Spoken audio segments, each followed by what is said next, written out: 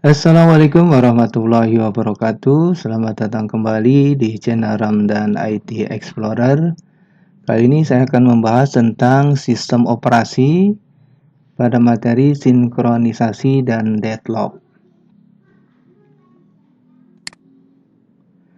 Sinkronisasi merupakan suatu proses pengaturan jalannya beberapa proses pada waktu yang bersamaan untuk menyamakan waktu dan data agar tidak terjadi inkonsistensi atau ketidakkonsistenan data akibat adanya akses data secara bersamaan. Masalah dalam sinkronisasi yaitu race condition dan critical section. Race condition adalah situasi di mana beberapa proses mengakses dan memanipulasi data bersama pada saat bersamaan. Nilai akhir dari data bersama tersebut tergantung pada proses yang terakhir selesai. Untuk mencegah race condition, proses-proses yang berjalan bersamaan harus disinkronisasi.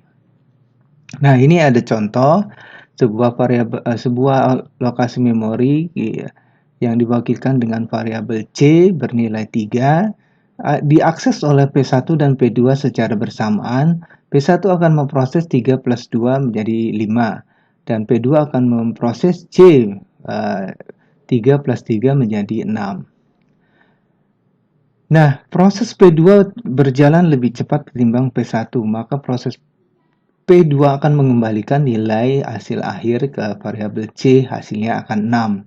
Tetapi karena diakses secara bersamaan, maka P1 juga telah memproses dan meletakkan kembali nilai hasil prosesnya ke variabel C sehingga hasilnya 5. Nah, seharusnya nilai P2 yang telah ditambahkan itu harus ditambahkan oleh P1 menjadi 6 plus 2 menjadi 8. Nah, inilah masalah race condition hingga permasalahan terjadi karena P1 meletakkan hasil akhirnya karena proses yang tadi terjadi secara bersamaan sehingga hasil akhirnya adalah 5 yang seharusnya adalah 8. Nah, itulah terjadinya permasalahan dalam race condition.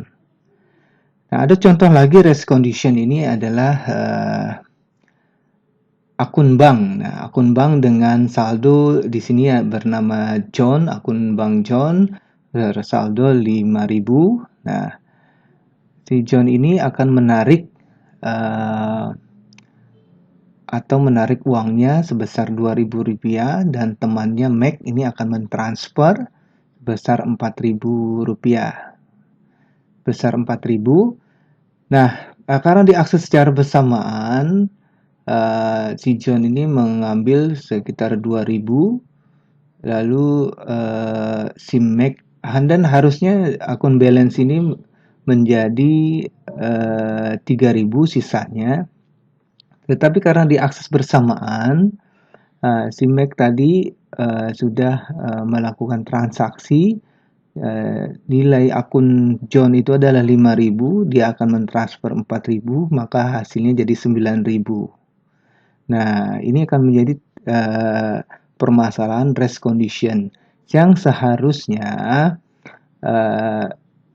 nilai dari John setelah mengambil tersebut yang ditambahkan oleh transfer Mac tadi, jadi nilainya harus sekitar 7.000 bukannya 9.000. Nah, inilah permasalahan dari race condition. Nah, permasalahan dari sinkronisasi yaitu adalah critical section. Critical section ini adalah bagian dari program di mana shared memori diakses bersama, disebut critical section atau critical region. Nah, jadi critical section ini adalah di mana share memori itu diakses secara bersama-sama gitu ya. Nah, ini akan terjadi perebutan untuk mengakses share memori ya. Nah, di dalam critical section itu ada beberapa section, ada entry section, kode yang digunakan untuk masuk. Jadi sebelum masuk ke dalam critical section atau penggunaan data tersebut, Itu sebelumnya adalah entry section. Lalu pada saat penggunaan itu disebut dengan critical section, ya, di kode di mana hanya ada satu proses yang dapat dieksekusi pada satu waktu. Nah, setelah selesai melakukan proses tersebut, maka akan terjadi exit section, ya. Itu akhir dari critical section yang mengizinkan proses lain untuk mengakses share memori tersebut yang digunakan bersama. Yang terakhir ada remainder section, jadi kode istirahat setelah masuk ke critical section. Ada istilah untuk mengatasi dari permasalahan sinkronisasi, ada istilah yang namanya dengan mutual exclusion. Jadi solusi untuk mengatasi masalah critical section adalah sebuah cara menjamin jika sebuah proses sedang menggunakan share berkas, proses lain dikeluarkan dari pekerjaan yang sama. Yaitu adalah jaminan hanya ada satu proses yang mengakses sumber daya pada satu interval waktu tertentu. Nah, jadi mutual exclusion ini adalah menjamin bahwa hanya ada satu proses yang menggunakan critical section. Jadi tidak ada dua proses, ya. Seperti permasalahan tadi dalam sinkronisasi. Nah, mutual exclusion adalah jaminan hanya satu proses yang mengakses sumber daya pada satu interval waktu tertentu. Proses-proses yang lain dilarang untuk mengerjakan hal yang sama. Mutual exclusion ini merupakan jaminan untuk mengatasi race condition, ya, agar tidak boleh dua proses atau lebih memasuki critical section secara bersamaan. Kesuksesan proses-proses konkuren, yaitu proses yang berjalan secara bersamaan, memerlukan pendefinisian critical section dan memaksakan mutual exclusion di antara proses-proses konkuren yang sedang berjalan. Jadi untuk mengatasi race condition itu digunakan aturan atau cara yang dinamakan dengan mutual exclusion tadi. Jadi hanya ada satu proses yang mengakses share memori bersama. Deadlock. Nah, deadlock ini adalah suatu kondisi di mana dua proses atau lebih saling menunggu proses yang lain untuk melepaskan resource yang sedang dipakai. Karena beberapa proses itu saling menunggu, maka tidak terjadi kemajuan dalam kerja proses-proses tersebut. Nah, deadlock adalah masalah yang biasa terjadi ketika banyak proses yang membagi sebuah resource yang hanya boleh dirubah oleh satu proses saja dalam satu waktu. Nah, ini ada contoh dari sebuah deadlock. Proses satu ini menggunakan resource satu. Proses satu ini membutuhkan resource 2, tetapi resource 2 itu sedang digunakan oleh proses 2. Nah, proses 2 juga membutuhkan resource 1, tetapi resource 1 tidak dilepas oleh proses 1 karena sedang digunakan. Nah, ini kondisi ini disebut dengan juga deadlock. Jadi tidak pernah selesai pekerjaan ini, jadi saling menunggu. Nah, itu contoh yang tadi. Lalu setelah terjadi deadlock ada istilah yang namanya starvation. Nah, starvation adalah kondisi yang biasanya terjadi setelah deadlock. Proses yang kekurangan resource. Starvation ini adalah proses yang kekurangan resource, ya, karena terjadi deadlock. Nah, tadi seperti ini, ya. Jadi si proses 2 ini kekurangan resource yang dinamakan juga dengan starvation karena dia membutuhkan resource 1 untuk prosesnya.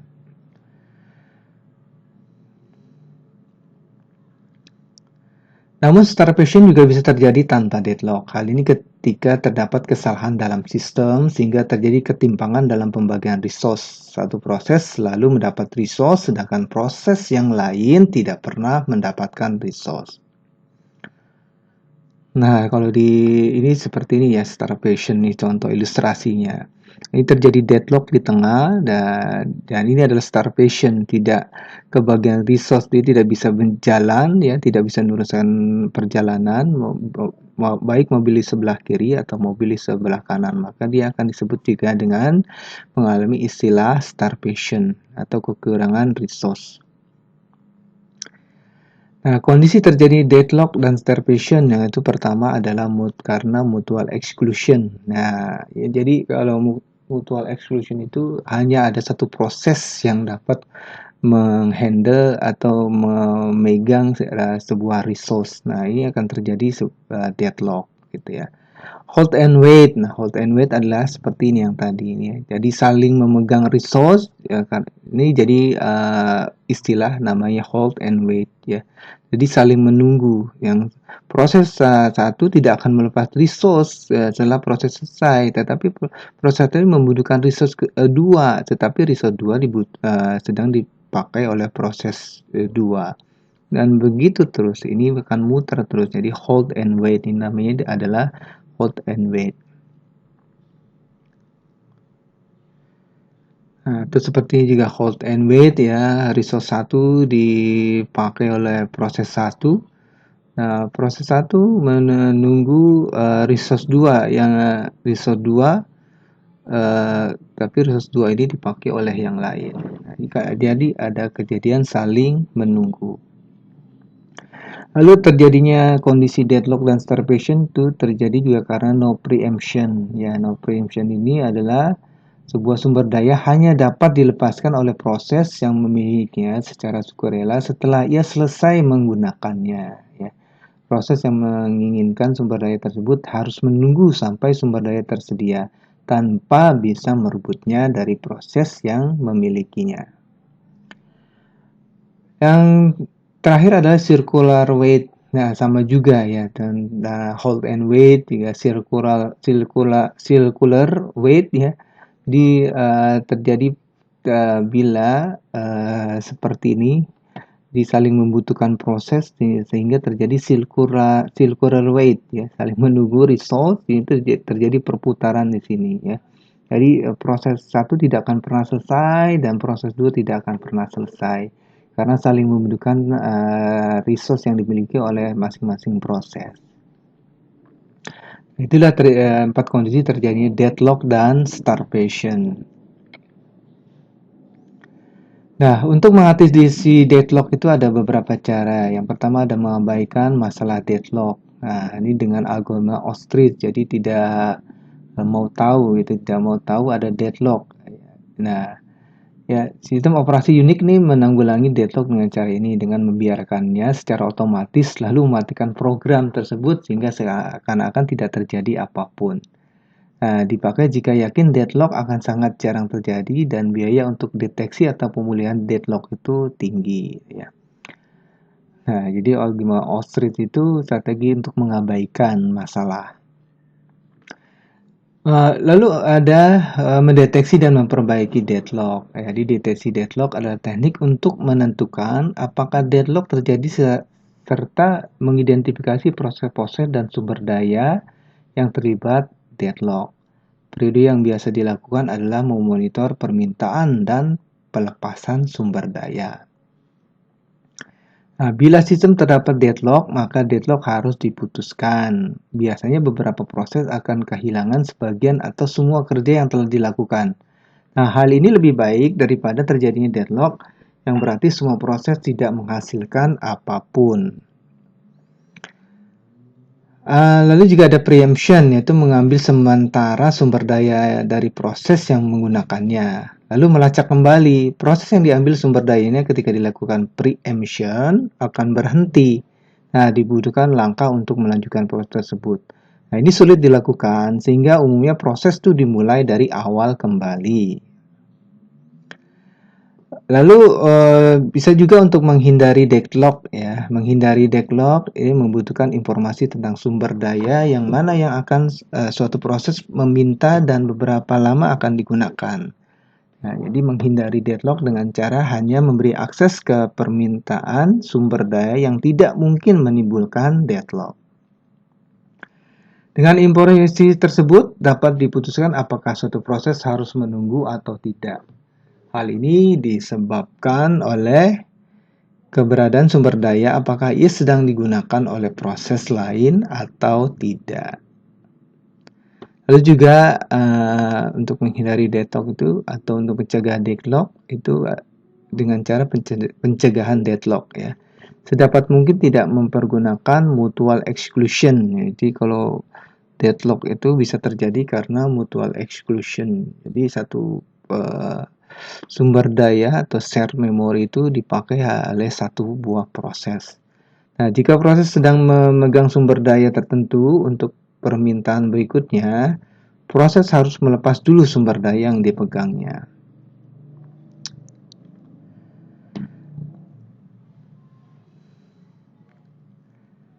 Nah, selanjutnya adalah semafor. Nah, semafor ini adalah sebuah struktur data komputer yang digunakan untuk sinkronisasi proses, yaitu untuk memecahkan masalah di mana lebih dari satu proses atau thread dijalankan secara bersamaan dan harus diatur urutan kerjanya. Semafor dicetuskan oleh Edsger Dijkstra.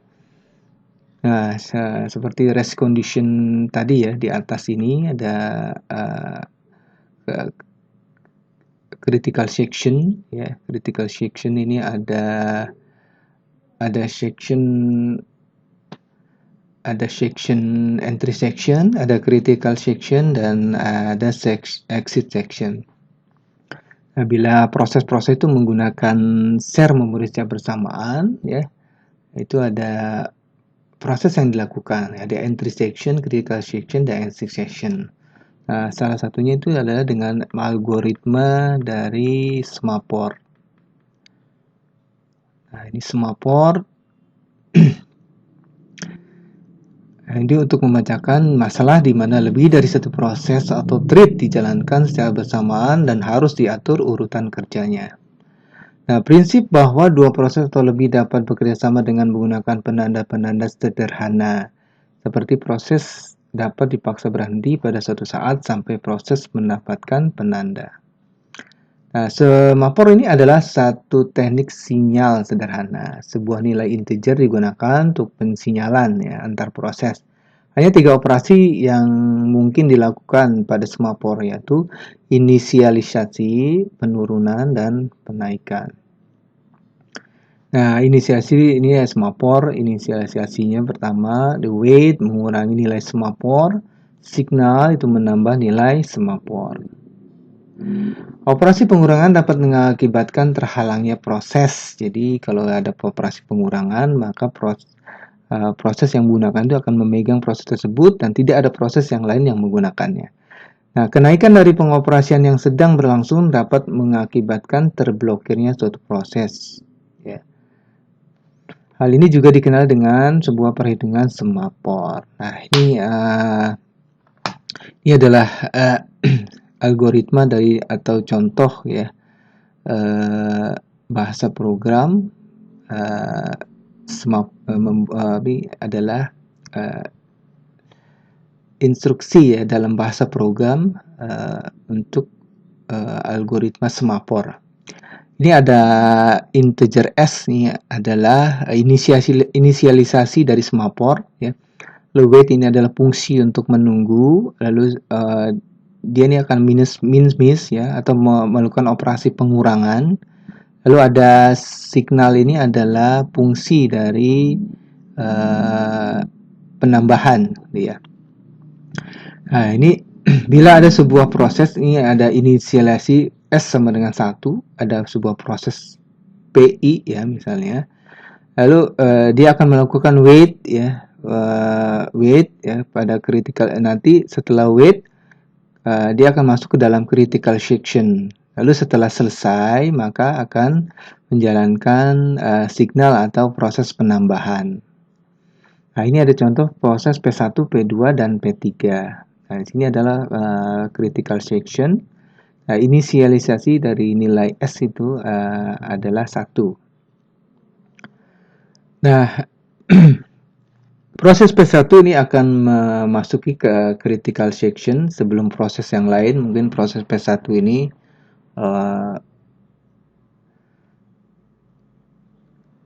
nah, proses P1 akan memasuki critical section. Dia akan melakukan wait ya. Bila dia S-nya itu lebih kecil sama dengan 0, dia akan busy. Tetapi ini kan masih 1. S-nya sama dengan 1, maka dia akan masuk ke dalam critical section.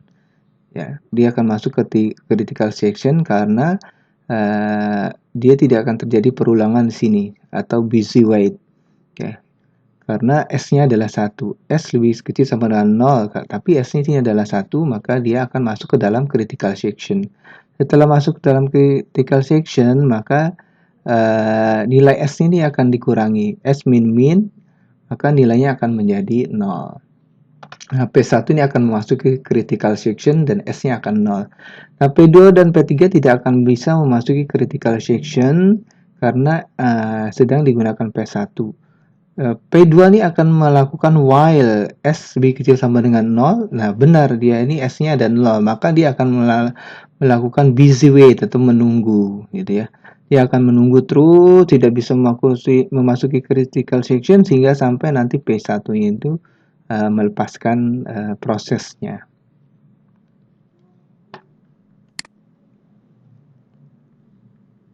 Nah, setelah P1 melaksanakan prosesnya, maka dia akan menjalankan signal. Signal itu akan menambahkan nilai S++. Karena tadi sebelumnya adalah 0, maka akan menjadi 1 nilainya. Bila P2 atau P3 yang siapa yang duluan ini akan melakukan proses, dia akan menunggu dulu. P2 akan menunggu dengan menjalankan prosedur dari wait ini, ya, P2 dan P3. Tetapi nilainya adalah 1, maka dia akan langsung masuk ke dalam critical section. Nah, siapa yang masuk ke dalam critical section, ya ini yang melihat yang cepat memproses duluan, ya, P2 atau P3. Ya, dia yang paling cepat memprosesnya itu adalah yang masuk ke dalam critical section. Nah, critical section ini, misalnya P2 akan masuk critical section, maka P3 tidak akan bisa masuk ke dalam critical section sehingga P2 itu selesai prosesnya, ya. Kalau P2 selesai prosesnya, maka dia akan exit, ya, lalu akan menjalankan fungsi dari signal S++ sehingga S-nya menjadi 1 kembali. Oke, untuk pembahasan dari deadlock, sinkronisasi dan deadlock saya cukupkan sampai di sini. Nah, nanti ada tugas, ya, membuat video tentang sinkronisasi dan deadlock, diupload ke YouTube masing-masing dan kirim link YouTube-nya ke LMS. Oke, sampai di sini dulu. Terima kasih. Wassalamualaikum warahmatullahi wabarakatuh.